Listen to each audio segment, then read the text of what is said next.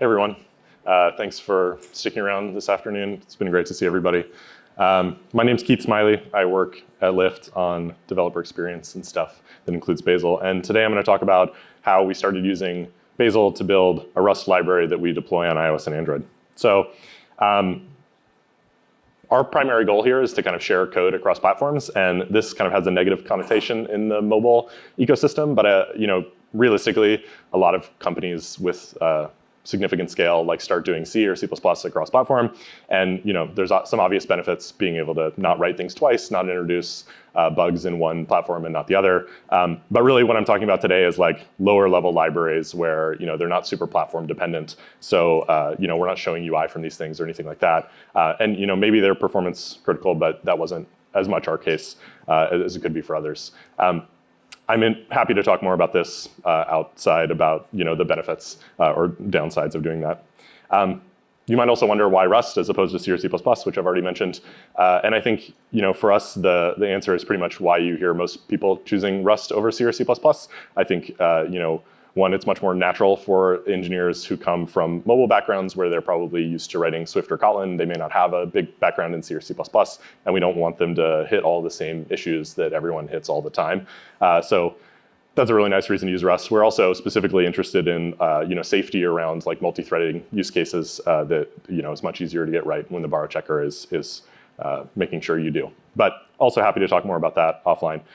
So if you've used Rust and Bazel, you know about rules Rust, which is a really great rule set out there for building Rust in general, and it supports a bunch of stuff. So you might wonder, like, shouldn't this kind of example just work? If you swapped this Rust library for a CC library and you threw in like a C source, this would just work. So what's going on here? And I'm going to talk a little bit about some of the issues we hit. So first off, you may be familiar with this concept already, but Bazel's moving to this world where you describe what you're building for using this platform's API. And you may not have to know about this if you're developing on a Linux x86 laptop and deploying to a Linux x86 server or something like that.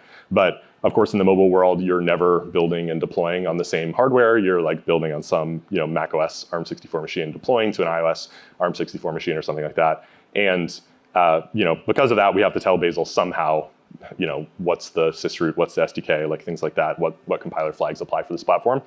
And theoretically, you use this new nice platforms representation and the rules know how to use this. But of course, if this works, there would be no talk. So here's a kind of a funny issue where we were talking about this and whether or not this would make it into Bazel 0.25, which was a while ago. And unfortunately, this is still the case. There's some kind of light at the end of the tunnel here. Hopefully by Bazel 7, that will just work. But in the meantime, it doesn't. So the question here is, if rules Rust does things the right way and supports these nice platform things, and mobile doesn't support these platform things, what do we do? And luckily, Bazel has a nice migration path for this called platform mappings, which is a file you throw in your workspace that looks something like this. And you can read this as, if I pass these compiler flags, we're building for this platform. You might see some flags that you don't recognize or something like that, but mostly you just copy paste this from someone else's repo and you don't worry about it anymore. And then hopefully with Bazel 7, you just delete it and move on. So this is the minimum to get Rust compiling at all for mobile. But then of course you hit more issues. So the next thing you find is that there are some undefined symbols that you probably don't recognize, even if you're a Rust engineer, because you're like, what is that? Those aren't even mangled Rust symbols. And this kind of points to a bigger issue, which is who links the binaries in this kind of case. So in a typical Rust project or a typical C or C++ project, you have a lot of like library targets that are all the same language, and then you probably link them into some final binary target that's also all the same language. But of course, in our mobile example, there are actually 3 different tools that could do the linking. There's like the Rust compiler, there's Clang, and then there's the Swift compiler. And so that's kind of what the issue is here, which is if you were using Rust to link, it would be like, oh, you're linking some Rust. I'm going to throw in these helper things for you and everything will be fine. But Clang has no idea what Rust is. So when we're linking with that, because our top level binary is like some Objective-C or something, you get these errors. And luckily, the answer in this case is just copy some code from Chromium because they have the exact same problem and forget about it. So now that you actually have things building and linking, you might wonder, like, how do I actually use this thing? And of course, it also requires some work. So The easiest way to kind of bridge Rust to mobile platforms is to kind of go through some C API. So if you have some very simple Rust functions like these, one with some side effects and one returning a simple value, you can kind of bridge these to C with the example at the bottom, and then you can just call those from iOS. Or from Android, you do something similar for the JNI. But you can obviously tell that this one function barely fits on a slide, so that's not going to be the best way to do things. And there are some really nice projects out there that help generate these bindings for you. So especially if you have complex interfaces, you can kind of generate the bindings, and then you can bridge it through to the actual native platform. In our case, I think we found that the fewer APIs, the better that you're trying to go between the two languages of. But it's not particularly bad for the low-level use case where maybe your library has like 1 or 2 entry points, and we maybe use these to generate some interface that we expose to Swift or Kotlin or something like that, and then people calling into the library think that they're just calling Swift or Kotlin. They have no idea that Rust is under the hood. But you probably have to get into these pretty quick if you're doing anything more complex than that. So there's still a lot of issues in general. One is developer experience. So today, for us, the difference in developer experience from working on this Rust for mobile stuff versus normal mobile stuff, it's like very different. You're using maybe a different IDE, it's in a different repo, a different debugger, or something like that. And I think this is kind of fine if you're doing what we're doing, which is you're deploying a small library, one team works on this, and then most mobile engineers have no idea that there's Rust in the code base and you don't think about it. But I think if you were trying to use it for more things, share more code across the platforms, you'd really have to solve this better than we have.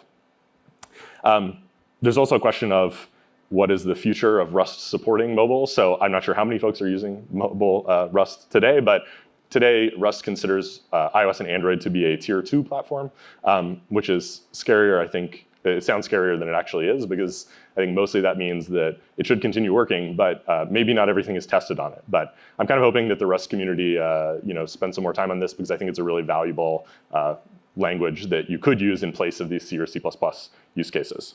So you might wonder, like, well, this seems like a lot of work. Like, is this worth doing at all? And so there are some nice positives I want to highlight. So one, like I said earlier, I think developers are much happier, at least in our case, writing Rust than if they had to write C++, especially folks with a mobile background. I think we find very few mobile engineers come in with a strong background in C or C++.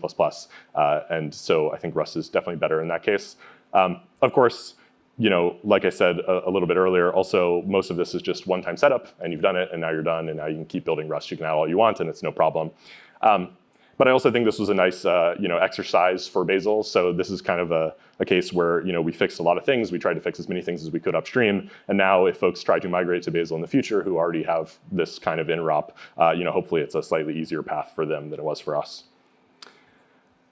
So I made this repo if folks want to mess around with it. It has an iOS and an Android app that are calling some REST APIs, and you can run them and kind of see all the workarounds that are in there. I also put in a ton of comments so you can see all the details. I also upstreamed this to the rules Rust repo. I don't know if any of the rules Rust maintainers are here, but thank you for that. So theoretically, changes to rules Rust are now tested against mobile platforms as well. So it should continue working over time.